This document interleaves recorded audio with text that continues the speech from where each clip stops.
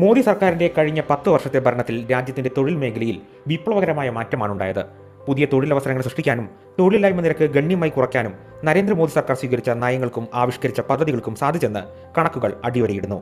2004 മുതൽ 2014 വരെയുള്ള UPA സർക്കാരിന്റെ കാലഘട്ടത്തിൽ വെറും 2.9 കോടി അധിക തൊഴിലുകളാണ് സൃഷ്ടിക്കപ്പെട്ടതെങ്കിൽ 2014 മുതൽ 2024 വരെയുള്ള മോദി സർക്കാരിന്റെ കാലഘട്ടത്തിൽ 17.19 കോടി അധിക തൊഴിലുകളാണ് സൃഷ്ടിക്കപ്പെട്ടത്. കഴിഞ്ഞ ഒരു വർഷത്തിനിടെ മാത്രം 4.6 കോടി തൊഴിൽ സൃഷ്ടിക്കപ്പെട്ടു.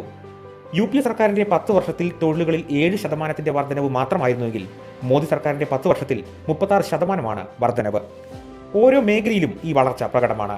UPA സർക്കാർ കാലഘട്ടത്തിൽ കാർഷിക മേഖലയിലെ തൊഴിൽ വളർച്ച -16% കൂപ്പുകുത്തിയിരുന്നു. എന്നാൽ കഴിഞ്ഞ 10 വർഷം കൊണ്ട് ഈ മേഖലയിൽ 19% വർധനവുണ്ടായി.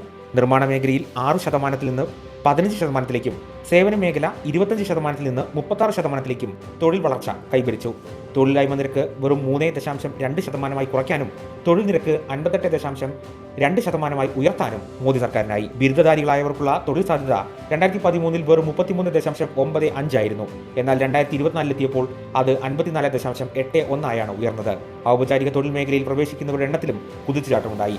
ഇത്തരത്തിൽ രാജ്യത്തിന്റെ തൊഴിൽ മേഖലയിൽ വലിയ വളർച്ചയ്ക്കാണ് കഴിഞ്ഞ ഒരു ദശകമായി നാം സാക്ഷ്യം വഹിച്ചത്. ദീർഘവീക്ഷണമുള്ള മോദി സർക്കാരിന്റെ നേതൃത്വത്തിൽ ഈ കുതിപ്പ് ഇനിയും തുടരുക തന്നെ ചെയ്യും.